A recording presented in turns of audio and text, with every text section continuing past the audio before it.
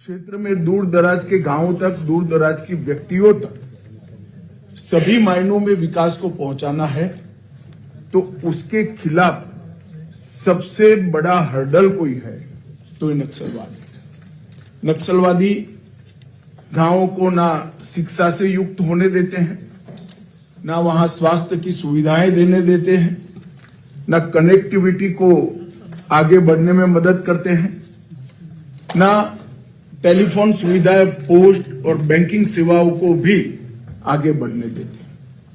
अंततोगत्वा हम सबका ये लक्ष्य होना चाहिए कि अंतिम व्यक्ति तक अगर विकास पहुंचाना है तो हमें नक्सलवाद को पूर्णतः निर्मूल करना पड़ेगा।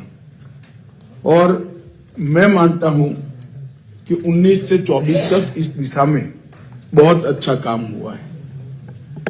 हमारे संयुक्त प्रयास, सभी राज्यों के साझा प्रयास से वामपंथी अंधकार की जगह हमारे संविधान प्रदत्त अधिकार से हम रोशन करना चाहते हैं। वामपंथी हिंसक विचारधारा की जगह विकास और विश्वास, उसका एक नया युग शुरू करना चाहते हैं। जीरो टॉलरेंस अगेंस्ट वामपंथी उग्रवाद और 100% सैचुरेशन सरकारी योजनाओं का, ये दोनों के इंप्लीमेंटेशन से हम इस क्षेत्र को पूर्ण विकसित बनाना चाहते हैं। वामपंथी उग्रवाद के सामने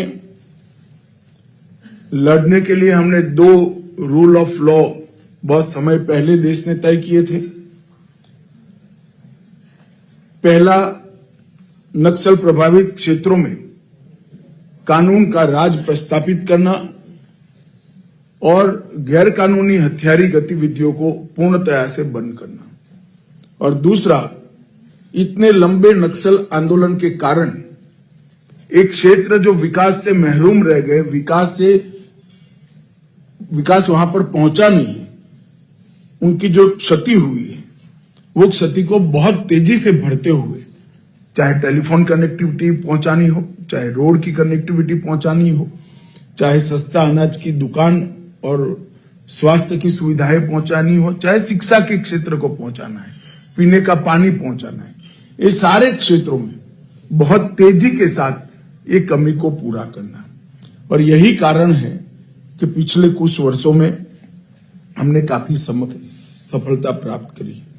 2022 में पहली बार वामपंथी उग्रवाद की मृत्यु की संख्या 100 से कम रही।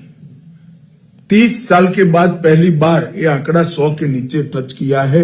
वो हमारे लिए बहुत एक प्रकार से आशा की किरण दिखाता है। 14 से 24 में बहुत कम घटनाएं दर्ज होती गई है, ग्राफ लगातार नीचे गया है। टॉप 14 नक्सली लीडर्स को न्यूट्रलाइज किया गया है और सरकार की कल्याणकारी योजनाओं का भी ग्राफ जबरदस्त आगे बढ़ा है। एक प्रकार से इसका विहंगावलोकन करें तो वामपंथी उग्रवाद की लड़ाई अब अपने अंतिम चरण में है, ऐसा हम कह सकते हैं। और मैं विश्वास के साथ आप सभी को बताना चाहता हूं कि 2026 मार्च तक आप सभी के सहयोग से ये देश दशकों पुरानी समस्या से मुक्ति पा लेगा। आज बूढ़ा पहाड़, चक्रबंधा, भीमबांध, ऐसे बरमसिया, ऐसे कई क्षेत्र आज वामपंथी उग्रवाद से मुक्त हो गए। वहां पर सैचुरेशन का काम चालू हो गया है और एलडब्ल्यू का 85% कैडर स्ट्रेंथ छत्तीसगढ़ में सिमट कर रह गया है। अब हमें एक अंतिम प्रहार करने की जरूरत है, फाइनल पुश की जरूरत है। 2019 से हमने एक बहुकोणीय रणनीति को अमल में लाया। केंद्रीय सुरक्षा बलों की तैनाती, इसके लिए हमने वैक्यूम्स ढूंढे और एक ही साल में 194 से ज्यादा कैंप हमने प्रस्तापित किए हैं। और मैं मानता हूं कि इससे हमें बहुत बड़ी सफलता मिली।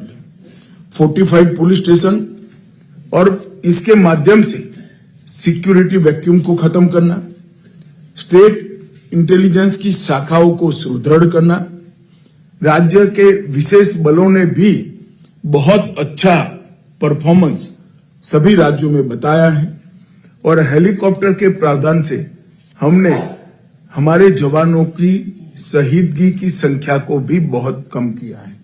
आज पहले जो 19 से पहले 2 हेलीकॉप्टर जवानों की सेवा में थे, आज 12 हेलीकॉप्टर 6 बीएसएफ के और 6 एयरफोर्स के जवानों को बचाने के लिए तैनात है, इनको मदद भेजने के लिए भी तैयार है। मैं जब छत्तीसगढ़ नई सरकार बनने के बाद 21 जनवरी को गया था, तब काफी डिटेल प्लानिंग छत्तीसगढ़ सरकार और भारत सरकार के मिलकर किया था और 24-25 अगस्त को भी मैं गया।